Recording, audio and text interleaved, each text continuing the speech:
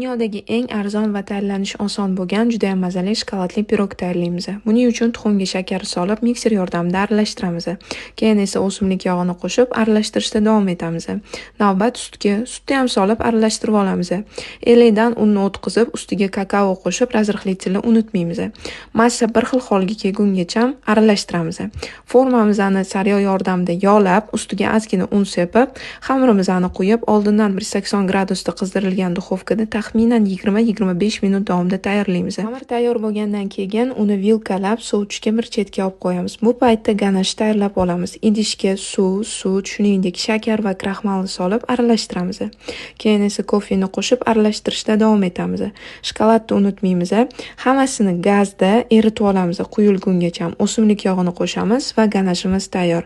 Endi ganashni boyagi korji ustiga quyamiz va 1 soatga xolodilnikka olib qo'yamiz. 1 soatdan keyin ko'rib turganinglardek shokoladli pirog tayyor. Juda ham ajoyib chiqadi. O'zinglarni didinglarga qarab bezatsanglar bo'ladi. Albatta tayyorlab ko'ringlar.